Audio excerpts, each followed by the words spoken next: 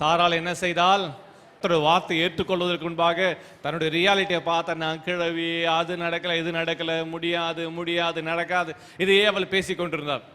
ஆனால் விசுவாசிக்கிறவங்க கர்த்தரோட வார்த்தையை பேசுவாங்க. சொல்லுங்க, விசுவாசிக்கிறவர்கள் வார்த்தையை பேசுவார்கள். ஆமாம். விசுவாசியாதவர்களோ இயலாமை பேசுவார்கள், நடக்காதவைகளை பேசுவார்கள், அல்லது பலவீனத்தை பேசுவார்கள், கர்த்தரோட வார்த்தைக்கு விரோதமாக பேசுவார்கள். நீ விசுவாசிக்கிறவனாய் இருக்க வேண்டும் என்று கர்த்தர் விரும்புகிறாம. உன்னால கூட அது உண்மை அவருக்கு தெரியாதா? நான் உங்களுக்கு ஒரு காரியத்தை சொல்லக்கூடும். தேவனுக்கு தெரியாதா?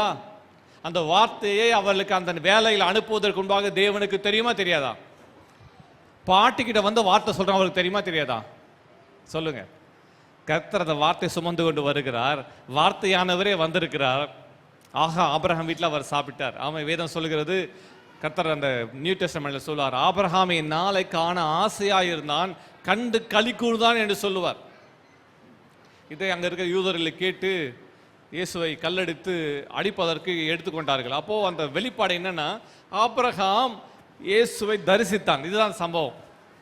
ஆமே, ஒரு ஆமேன்னு சொல்லுங்க பார்க்கலாம். கர்த்தர் ஆபிரகாமை சந்திச்சிருக்கிறார். ஸோ ஆபிரகாமிட்ட வார்த்தை அவருக்கு தெரியாதா? தாத்தா பாட்டிக்கிட்ட போனா அவருக்கு தெரியும். ஆனாலும் அவர் என்ன சொன்னார்? நான் வார்த்தை கொடுத்துருக்கிறேன் ஆபிரகாமுக்கு, அந்த வார்த்தை நிறைவேற்றி முடிக்க போகிறேன். அதுக்கு கர்த்தர் அகைன் வந்து கர்த்தர் ஒரு ப்ரிப்பரேஷன் கொடுக்குறார். ஏற்கனவே கர்த்தர் ப்ராமிஸ் கொடுத்துட்டாரு, அகைன் ரீகன்ஃபர்மேஷன். நம்ம ஆண்டவர்கிட்ட இருக்க சிறப்பு என்ன தெரியுமா? வார்த்தை சொல்லிட்டு அந்த வார்த்தையோட நிற்கல, அகைன் ரீகன்ஃபர்மேஷன். மறுபடியும் கர்த்தர் அந்த வார்த்தையில் நிலைச்சிருப்பான்றாரு. கர்த்தரோட வார்த்தை மறுபடியும் உன்னை சந்திக்கிறது என்றால் என்ன அர்த்தம்? கர்த்தர் உனக்கு செய்ய போகிறது நிச்சயம், கர்த்தர் உனக்கு செய்ய போகிறது உறுதியானது, கர்த்தர் தகுந்த காலத்தில் குறித்த நேரத்தில் நிறைவேற்றி முடிக்க போகிறார் என்று ஆபிரகாம் மைண்ட, அவங்க சிந்தை, அவங்க இதயத்தை கர்த்தர் பக்குவப்படுத்தி கொண்டே இருந்தார். ஒரு ஆமேன் சொல்லுங்க பார்க்கலாம். ஆபிரகாம் விசுவாசித்திருக்கிறார். இந்த விசுவாசிக்கிறவங்கள வார்த்தையை கர்த்தர் இந்த விசுவாசத்துல அந்த விளக்கு எரிஞ்சிட்டே இருக்கு பாருங்க.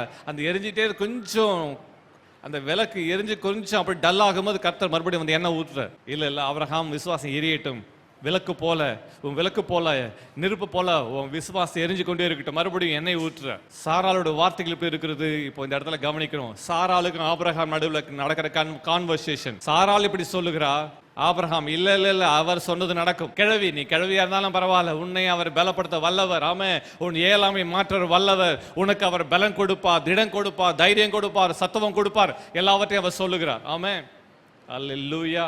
சத்தமா சொல்லுங்க, ஹல்லேலூயா. அவர் நிறைவேற்றி முடிப்பார். விசுவாசிக்கிறவள் நிறைவேற்றி முடிப்பார். ஆமே.